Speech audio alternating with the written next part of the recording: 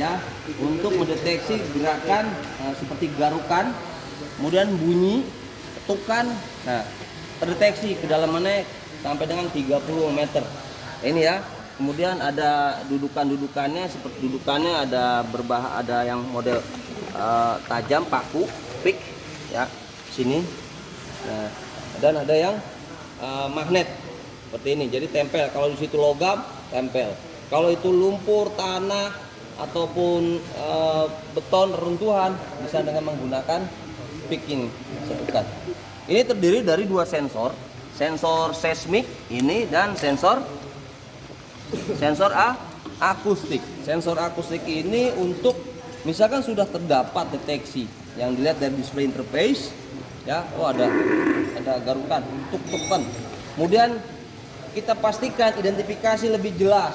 Kita buatkan expansion hole dengan menggunakan, kalau objeknya adalah beton, jadi kita menggunakan bridging system dari Conspace, ya, atau dengan menggunakan chipping hammer, kita buatkan lubang, masukkan ke dalam. Ini disebut dengan sensor akustik.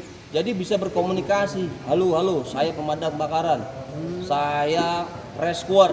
Nah, di sini kita ngomong pencet di mic. Halo, lepas mic-nya yang ada di display interface. Kemudian dia ternyata ada feedback. Halo. Nah, jadi ini ada dua arah, mic, speaker, dan bisa sebagai mikrofon. Seperti itu ya. Ini sensor seismik. Sensor akustik. Kemudian selanjutnya di sini ada lifting back system, dan lifting back system ini terdiri dari pressure reducer untuk mengatur tekanan dari tekanan tinggi ke tekanan kerja. Tekanan kerja lifting back high pressure berapa bar? Dibaca kemarin. Berapa bar? 8 bar. Ada yang 12 bar? Ada. Ya, NT Hybrid, Rescue Tech, dan lain sebagainya. Itu 8 bar kalau yang ini. Jadi di sini ada deadman controller, dan di sini disebut triple deadman controller itu sebagai pengendali. Ya, atau remote control ini triple karena 3 koneksi. Dan satu dari satu inlet untuk input air atau udara bertekanan. Ya, seperti itu. Dan di sini ada inflation hose. Inflation hose dengan tekanan 8 bar. Kalau misalnya inflation hose ini 5 bar nggak akan bisa dipakai karena working pressure berapa tadi? 8 bar. Kalau working pressure 12 bar, ini bisa nggak? Bisa. Tidak bisa disesuaikan. Ya, seperti itu. Ini cutter edge, saya rasa tahu.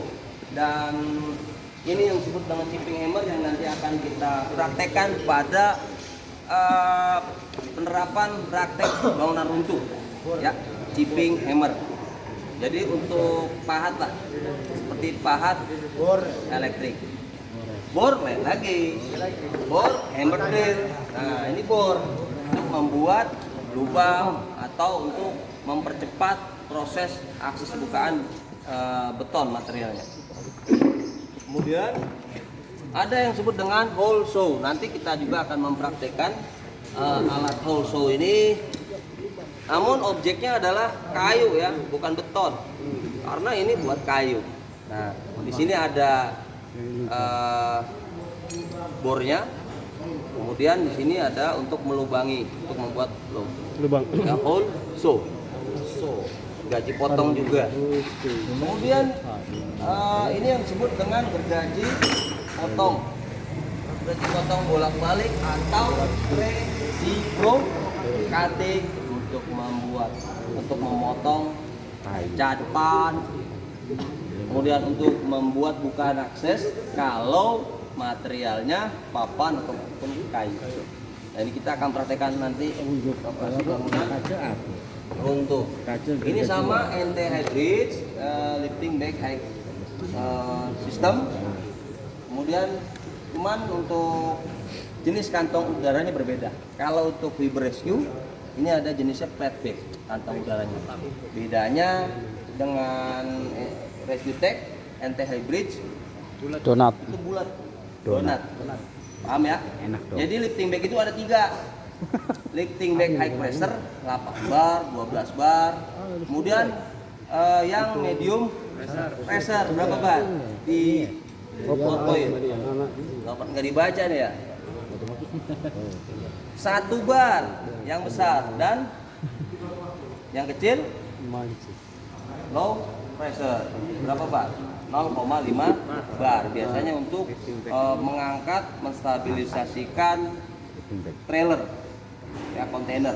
Nah, terus ini disebut dengan movement detector untuk mendeteksi gerakan struktur.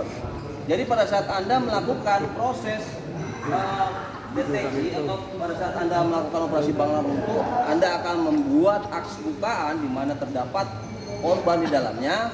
Jadi Anda secara dari luar akan mendeteksi konstruksi bangunannya seperti apa.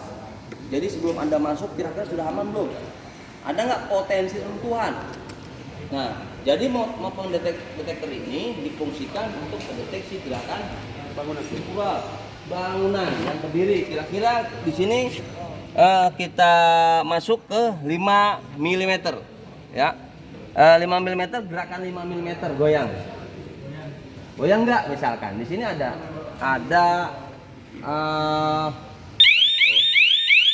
lasernya. Jadi kalau saya gerakan begini dia akan bunyi. Sensitif 5 mm. Ada flashlight dan ada suara. Rilis di tombol 5 mili. Karena tombol 5 mili ini sensitif sekali. Jadi Anda bisa memposisikan tombol 5 mili supaya betul-betul safe. Ya. Dan suaranya ini sampai dengan 98 desibel. Lumayan kencang. Ya lumayan juga, puyeng juga kalau mendengar dekat dari sini ya. Tuh. Ya, setelah selesai ini digerakkan oleh tenaga baterai A2. Setelah selesai kita out dan kita rilis semuanya. Dan ini juga dari tenaga baterai aki karena kita punya konektornya. Setelah itu di sini ada convex dari convex atau bridging system. Nah, ini untuk memotong beton yang paling keras tuh. Seperti ini nih, runcing ini. Ini beton paling keras bisa. Dia mutar membuat expansion hole. Di sini ada air. Nah, tuh supply air dikoneksikan. Next ada waktu atau di diklat college building nanti akan Anda dapatkan di diklat spesialis kejuruan. Siapkan mental fisik dan duit anggaran. Ya, diklatnya berapa hari Pak Andri? 5 hari apa 10 hari ya? CSR 2 minggu ya, 14 hari lah ya, setengah bulan lah sekalian buat cuti. Nah itu ya. Kemudian terakhir ini ada senjata seperti AK-47 ya. Ini keren, bedil. Nah ini digerakkan oleh tenaga pneumatik. Jadi ini untuk seperti chipping hammer, seperti breaker, namun tenaga penggeraknya adalah tekanan udara atau udara bertekanan atau pneumatik. Nah, pneumatik ini dikoneksikan ke rangkaian selang, kemudian pressure reducer, kemudian ke tabung. Dari tekanan tinggi ke tekanan rendah, tekanan bekerja. Dan ini ada seperti chipping hammer ataupun seperti PRT ya. Nah, ini tinggal dipencet aja, tekan ke bawah, kemudian masukkan. Ya, sudah dikoneksikan ini semua. Kemudian rilis, tombol rilis dan valve berfungsi. Kemudian tembak. Ya, arahkan bukan ke depan, bukan ini maju ke depan melesat. Ya. Tapi langsung arahkan kemana dia. Nah, ini sering sekali saya gunakan pada saat oleh building di berbagai alamat di Jakarta maupun daerah, dan lumayan praktis juga, nggak terlalu berat. Kalau breaker kan dia memang bobotnya luar biasa, namun berat juga. Ini ya lumayan lah buat resper. Ya, silakan order. Lagi. Ya, saya rasa chainsaw ya. Ini chainsaw, terakhir chainsaw. Chainsaw saya rasa juga rekan-rekan sudah tahu. Yang terpenting adalah Anda pahami dari blade. Ini ada blade, ya jangan sampai blade ini paling terbalik atau masang terbalik. Sama kayak ini akan potong. Kedua Ini panjang, jadi di sini ada tunggul panjang itu untuk mengatur posisi kedalaman. Kemudian motong apa tidaknya tergantung tunggul ini. Kalau ketajaman pastinya ada di blade-nya. Jadi kalau ini sudah kecil blade pisaunya, ya, terus tunggulnya masih panjang, pastinya tidak akan cepat terpotong. Tapi ini harus seimbang. Maka dari itu minimalnya harus sejajar, se datar ya, sama persis. Kalau ini sudah pendek, ini kependekin lagi.